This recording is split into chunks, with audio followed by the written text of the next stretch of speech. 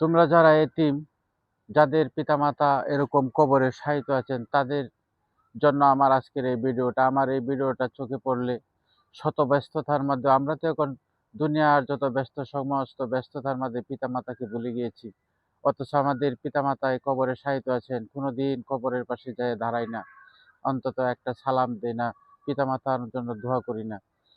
আমার এই ভিডিওটা চোখের সামনে পড়লে যেন সেই সমস্ত সন্তানেরা অন্তত পিতামাতার কথা স্মরণ করে কবরের পাশে গিয়ে একটা সালাম দেবে, আসসালামু আলাইকুম ইয়া আহলাল কবর, রব্বির হামহুমা কামা রব্বায়ানি সগীরা। আরো সূরা ফাতিহা, সূরা ইখলাস, সূরা ফালাক, সূরা নাস পড়ে দুরূদ শরীফ পড়ে মহান রবের কাছে প্রার্থনা করবে, হে আল্লাহ, তুমি আমার পিতামাতাকে যদি তোমার আযাবের ফেরেশতার দ্বারা পাকড়াও করে থাকো, তুমি তাদেরকে মাফ করে দাও। হয়তো তোমার তুমি সন্তান হিসাবে দোয়া করলে তোমার পিতামাতা হয়তো জান্নাতের সুবাতাস পেতেও পারেন।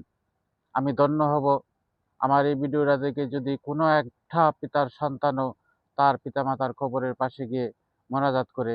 আমি ধন্য।